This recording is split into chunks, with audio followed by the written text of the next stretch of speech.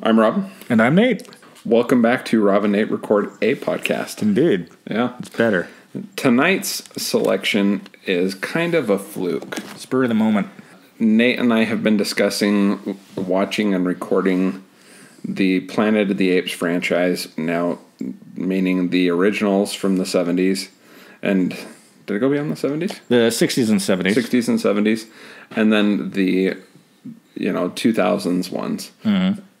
Not including the 2001 Tim Burton standalone kind of remake. Yeah, the plan was not to include that because we didn't really want to rewatch it. But by chance, we didn't really have a firm plan for tonight, and we were sitting around looking at options, and lo and behold, we stumbled across the 2001 Planet of the Apes, and figured, what the heck, let's go for it. Yeah. I was in the mood to kind of tear into something, I guess. There you go. Little. So why don't you lead us off on tearing into this? All right, so 2001's Planet of the Apes, which is Tim Burton's take on the original franchise, which in turn was based on a 1963 novel by the Frenchman Pierre Boulet entitled Les Planètes des Singes, or Planet of the Apes, which, of course, was adapted into the other versions that are better and that we're probably more familiar with. There's a lot to come out of this novel. So you've got the original Planet of the Apes and its 4 sequels.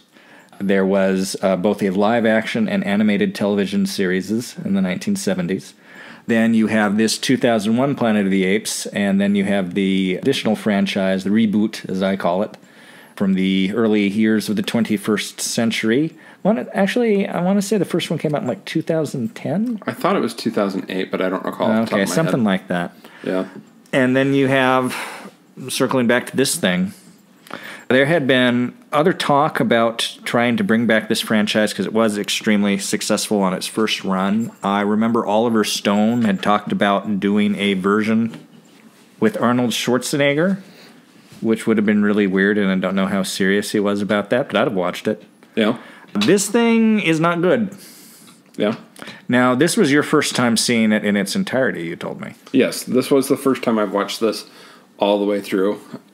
I hadn't necessarily gone out of my way to avoid this, but obviously I hadn't gone out of my way to watch it either. I've seen, a few clips here and there, a few bits and pieces, but nothing more than that of this, and now I can see why. Yeah, so you were coming in, of course, with knowing its reputation as being not a good movie. Yes. And so you were expecting little to nothing from it. Exactly. Did it deliver? It delivered little to nothing. Yeah, yes. that it did. It did do that. Yeah, it delivered little to nothing. There's not a lot of substance here. No, there's not. A lot of inconsistencies and a lot of plot problems. Yeah, it's a mess. This is my third time seeing it. This came out in July of 2001. I saw it shortly after getting back from my mission in probably February, March of 2002. Yep. And then I watched it one other time several years later to give it another chance and didn't like it again. And this was confirmed once more.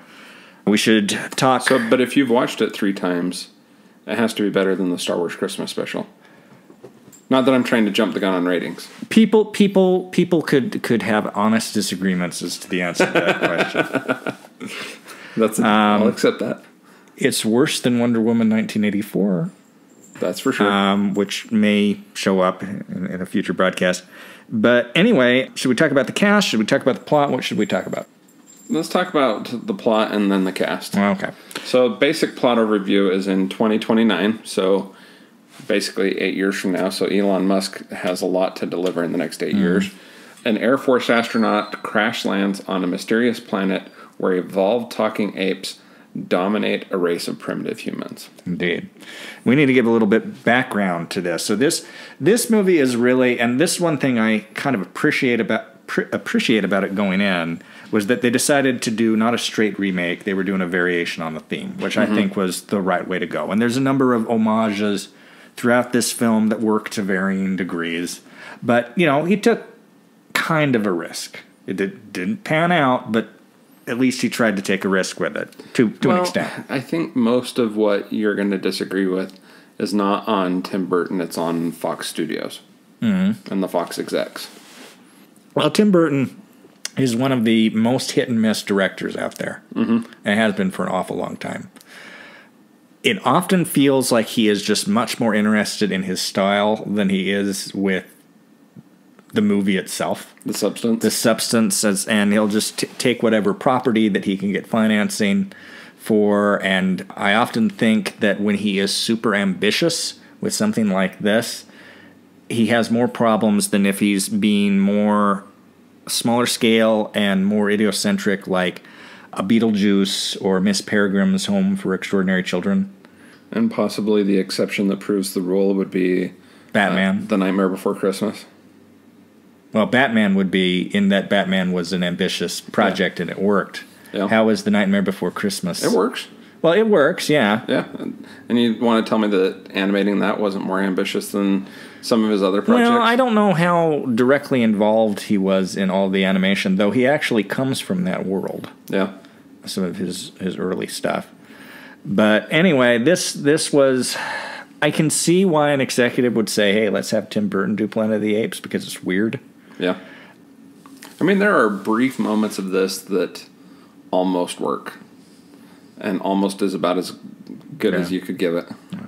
So we start in 2029. There's this space station near Saturn, what I take to be Saturn. And for some reason, they decide to train apes to pilot small shuttles. And they do that out in space rather than on Earth for reasons that I don't understand. For one thing, it would be way more expensive, I would think. Well, so what I gathered from it, and again, this is reading between the lines that aren't really written, you have this giant space station progressing through deep space out into Saturn. That's going to take a long time to get there. So it would be more effective to have more things training on board, you know, the in terms of the availability to continue their training and have them there. I don't get what the end game is. Well, the end game was that they were expecting to find some sort of disturbances and use the chimpanzees as guinea pigs to send, you know, into exploratory scenarios before they sent humans in. And the captain of the space station references that, you know, because Mark Wahlberg wants to go into it. And he says, no, this is the canary going into the mine, you know. Because they encounter this time storm thing that is similar to the one encountered in like two of the original storm. Yeah. But they don't know that it's a time Yeah, they thing. don't know. Yeah. But it's similar to the phenomenon that's referenced in Beneath the Planet of the Apes and Escape from the Planet of the Apes that is used to circumvent the long period in cryostasis that the characters had to go through in the original film. So it's like, we don't want to do that again, so we'll say there's a convenient time phenomenon. Yeah. And so they encounter a convenient time phenomenon. Mark Wahlberg is a pilot and a trainer of apes, and he's got an ape named something with a P. I want to say Prometheus. Yeah, something like that. Pascal something. I'm not going to retain it because I don't care that much. Yeah. And neither did he. He didn't even appear like he cared for the ape that much. They send the ape into the disturbance. It gets lost. He decides to be kind of a cocky guy, and he pulls a Behind Enemy Lines, which is another movie that I hate, where, like, Owen Wilson. So he decides to take his rocket and follow the ape, and he gets into the distortion. He crashes in a jungle, and in very short order encounters a group of humans that are chased by a group of apes, and then he is taken hostage by these apes and taken to an ape city where he meets one or two sympathetic apes, and they end up on, there's a lot more to it than this, but they end up on a journey of discovery, or as I said when we were watching it, that it kind of devolves into a bickering road comedy for a while. Yeah. Yeah, so the cast on this is you have Mark Wahlberg as Captain Leo Davidson. He's our Air Force astronaut, or now, thanks to our outgoing president, Space Force astronaut. Helena Bonham Carter plays Ari, one of our principal apes. The principal ape. She's the sympathetic one. Tim Roth plays Thade, who is the primary villain. Mm-hmm. Michael Clark Duncan. The late Michael Clark Duncan. Yeah. Plays one of our gorillas. And in an odd casting choice, Paul Giamatti plays one of the orangutans Yeah, well, if you're going to cast Paul Giamatti as an ape, an orangutan is an appropriate choice. Yeah, it just was odd to see him in this movie at all. Canadian actress Estelle Warren, who nobody remembers anymore. Yeah. Had a brief career. What else did she do? Driven, Kangaroo Jack, and she was in a remake of Beauty and the Beast. In 2010. Yeah. Chris Christopherson. David Warner. Yeah. Eric Avari. There's some notable names in not so notable parts. Of course, Anne Ramsey is in this. She also is one of our Air Force / Space Force, people on the space station. Lisa Marie. Yeah, I think that's all that's really worth noting. You do have a couple cameos worked in there. Well, yeah, the cameos are certainly worth noting. Which I guess we'll get to. Get your stinking hands off me, you damn dirty human. Charlton Heston is in it, as is Linda Harrison, who... There are two actors who were in both the original Planet of the Apes from 1968, playing Nova and Taylor in the original film. Nova is still a human in this one, though Charlton Heston is the leader of the apes at this point. Yeah, the ailing and eventually dying leader of the ape society. One thing you don't want in your house is a human teenager. That was a good line. Says Paul Giamatti as he is selling a little human girl to a little ape girl as a pet. This actress, this little girl, just looks freaking traumatized, which was just appropriate. One thing that I had a big problem with in this film that is never really directly addressed or explained is, do humans talk? Do the apes know that humans talk? It seems... Because early on it seems like they don't. Yeah. And then later on, when they start talking more and more, none of these apes seem fazed by this at all. It almost seems like they shot this in such a manner that they could edit it either way. And then kind of... They're super hedgy about it. Yeah. Like, I don't know what the intention was. There's a scene, so Mark Wahlberg ends up becoming domestic staff briefly at the home of a senator played by David Warner, and then his daughter is Helena Bonham Carter, who's our Ari, our lead sympathetic ape character, a stand-in for... Oh, from the original? Zira, from the original series. And there's a scene where they're having a dinner party, the apes are, and they have a conversation where one of the apes makes the statement, "Extremism in the defense of apes is no vice." Mm-hmm. Do you understand this reference, what this is a play on?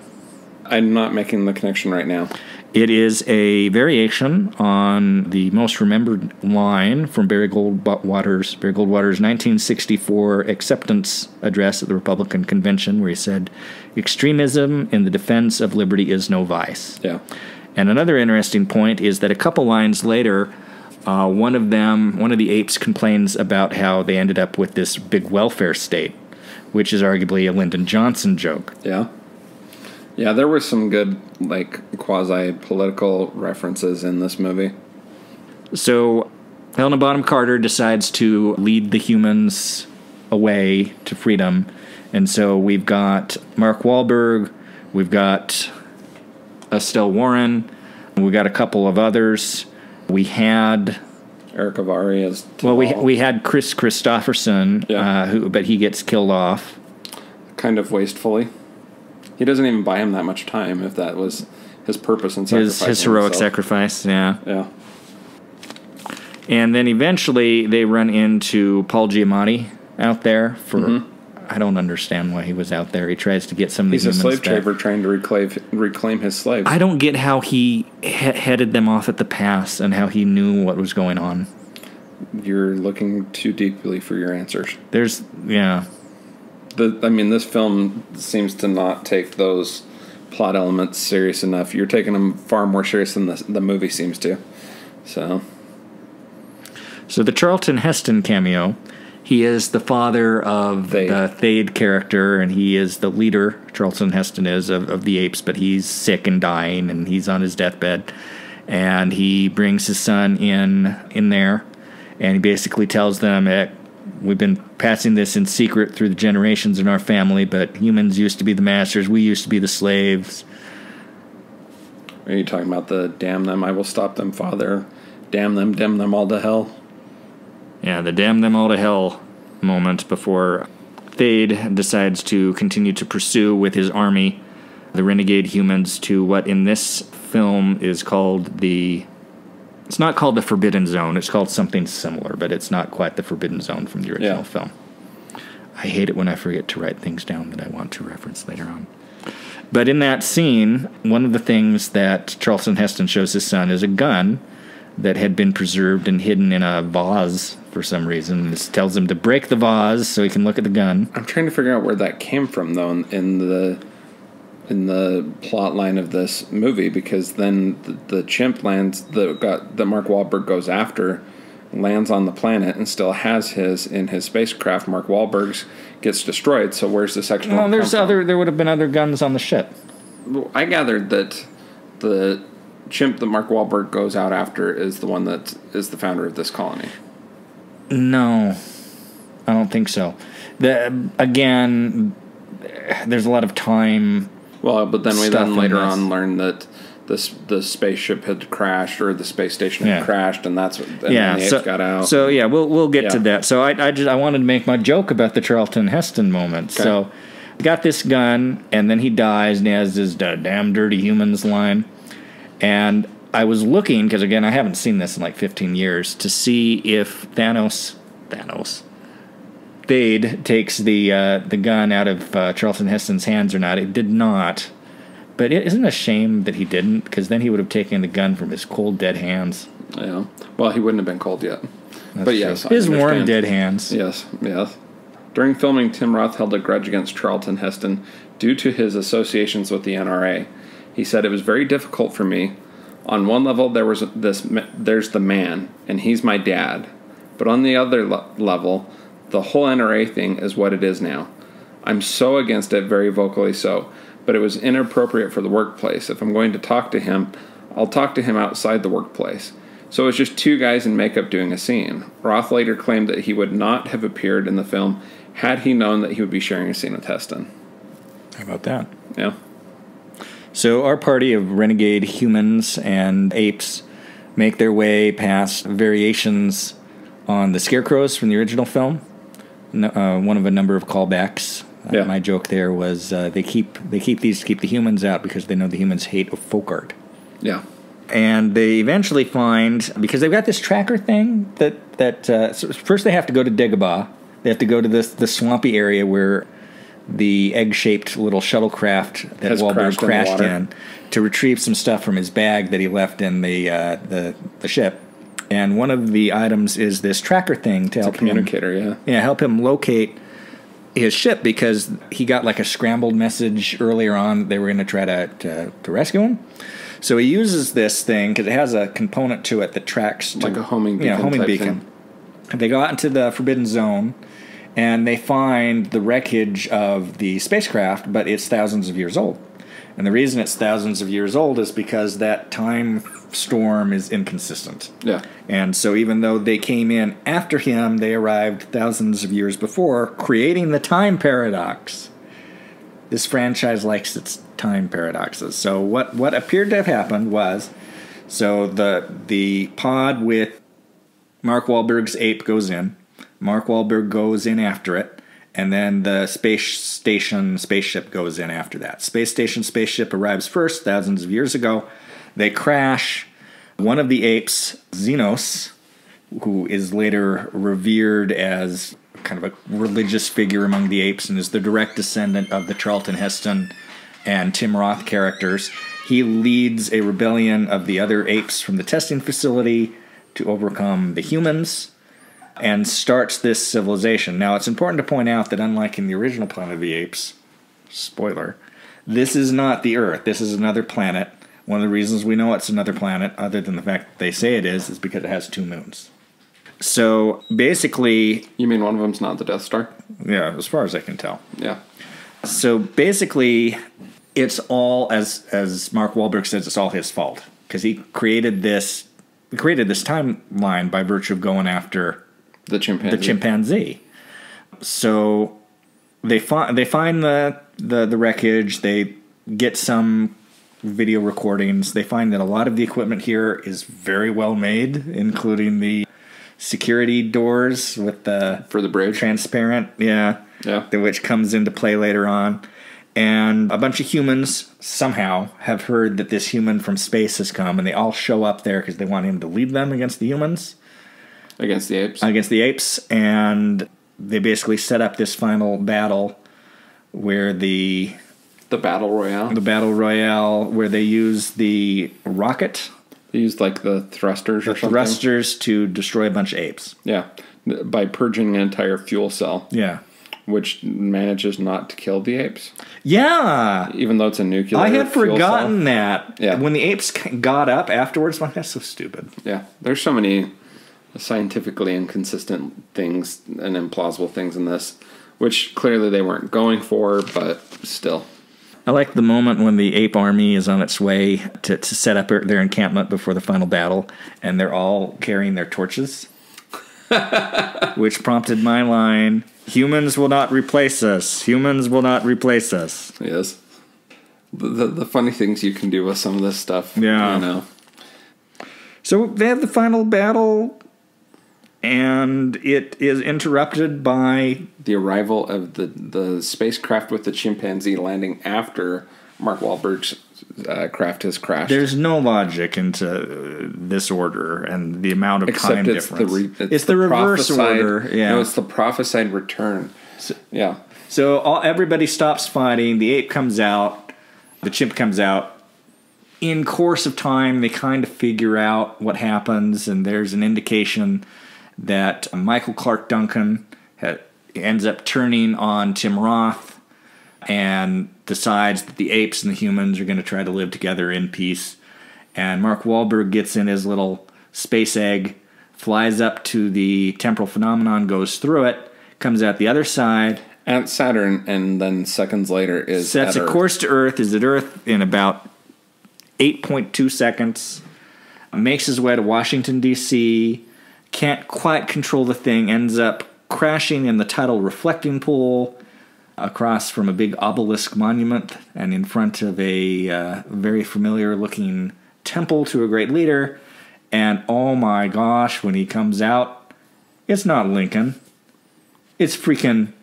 It's Thade. Thade up there. Or as I referred to it, Abraham Lincoln. Indeed. Yeah.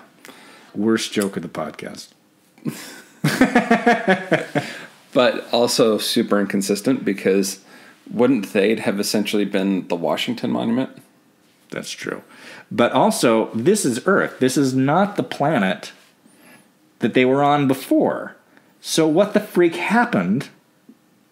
It doesn't make any sense.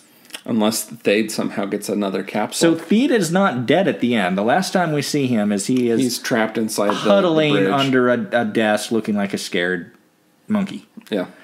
So the implication is Thade gets out and reasserts control. Yeah.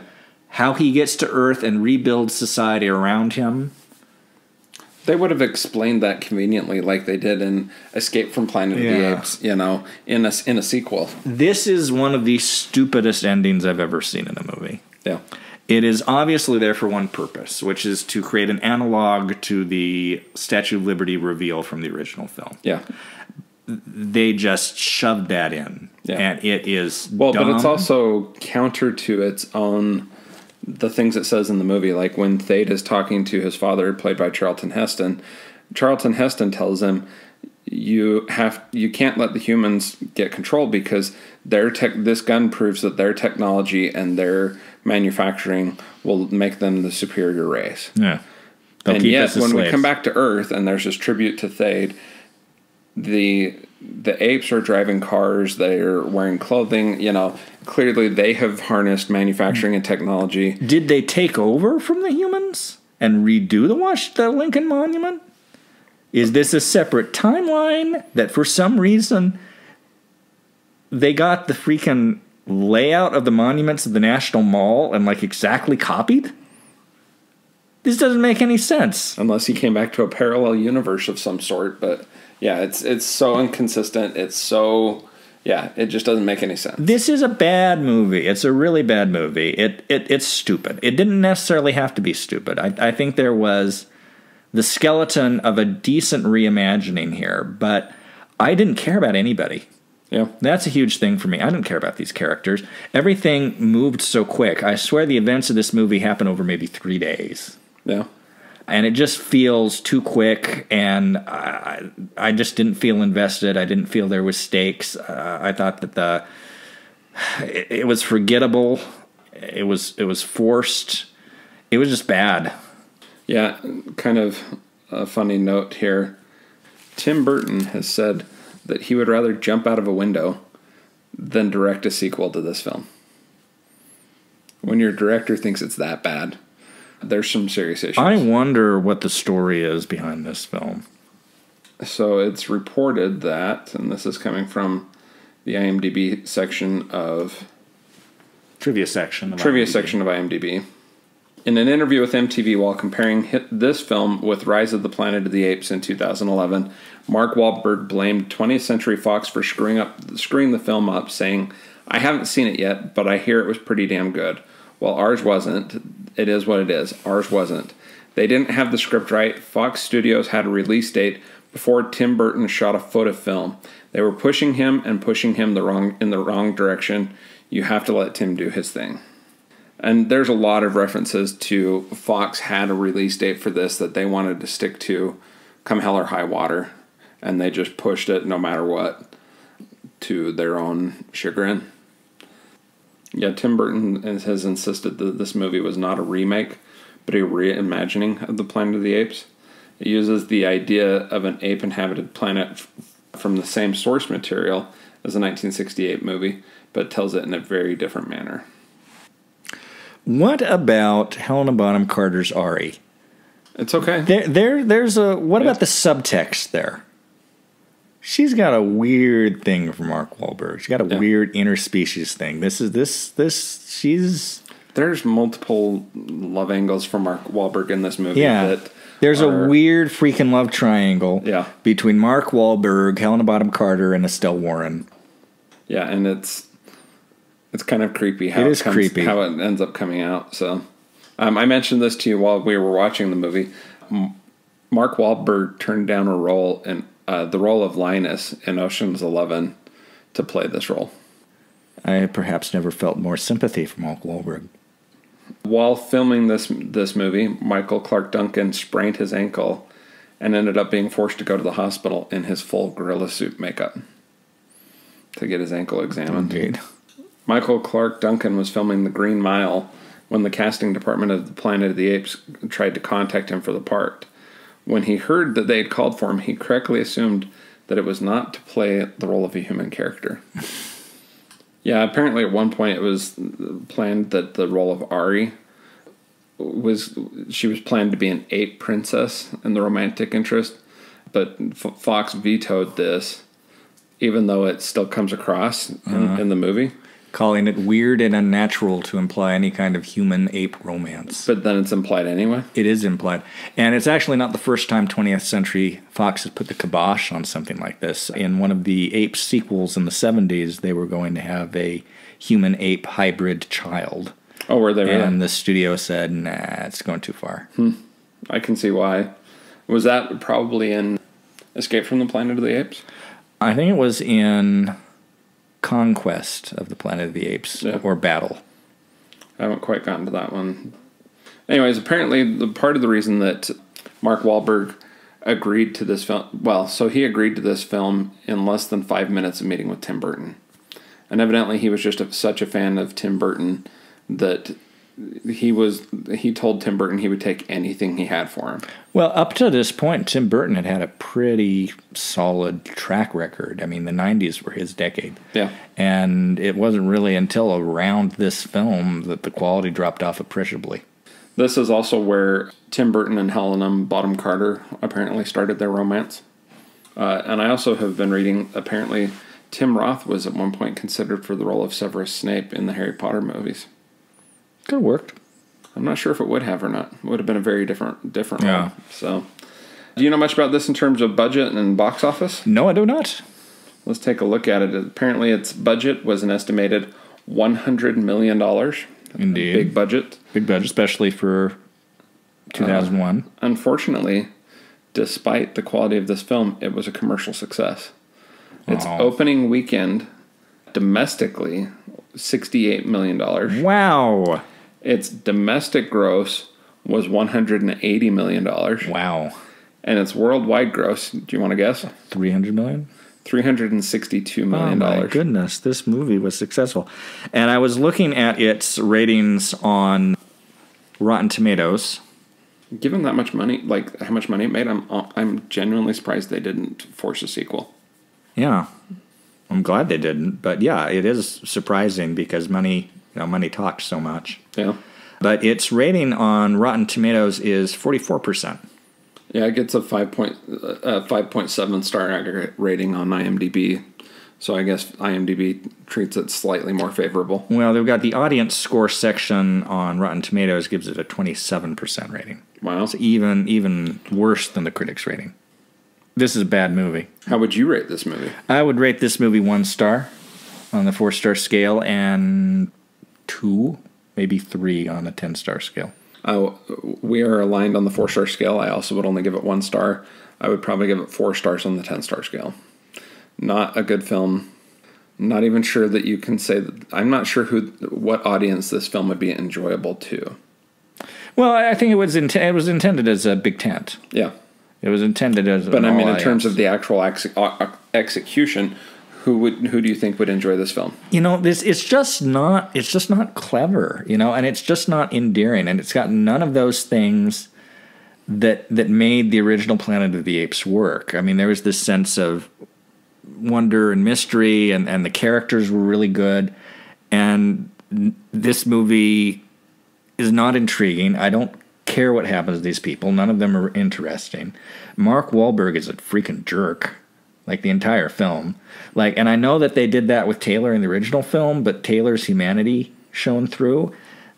Wahlberg had kind of an arc where he was all about himself, and then he asked to be for the people. But even then, the minute he has a chance to get on the rocket ship, and they're like, "Stay here. It'd mean a lot to us if you'd stay here and help us." He's like, I'm out. I'm taking this thing. And thus, again, he creates his own paradox, because that's probably why he lands on a planet where would this have been more effective? Fade is revered.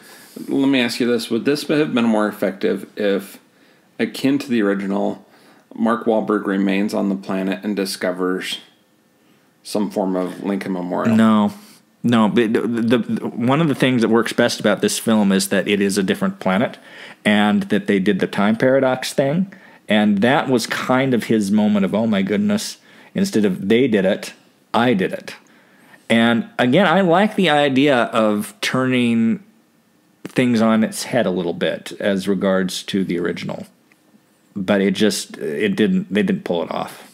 This movie is a failure, even if it made hundreds of millions of dollars. Yeah.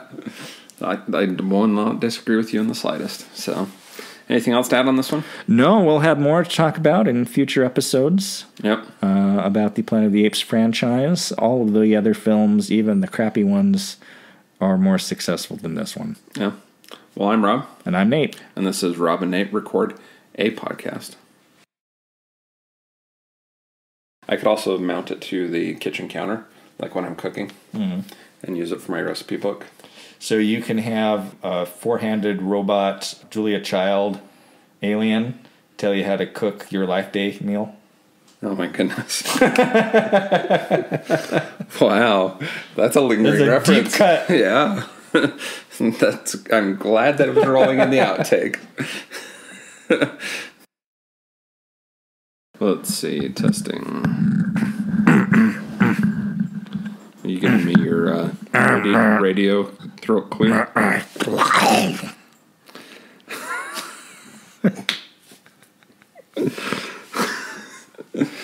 The joys I have in editing. I'll bet.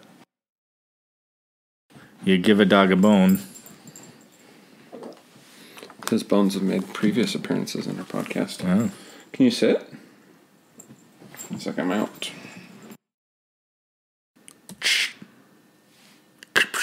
I was trying to make sure all my settings were correct. Mm-hmm.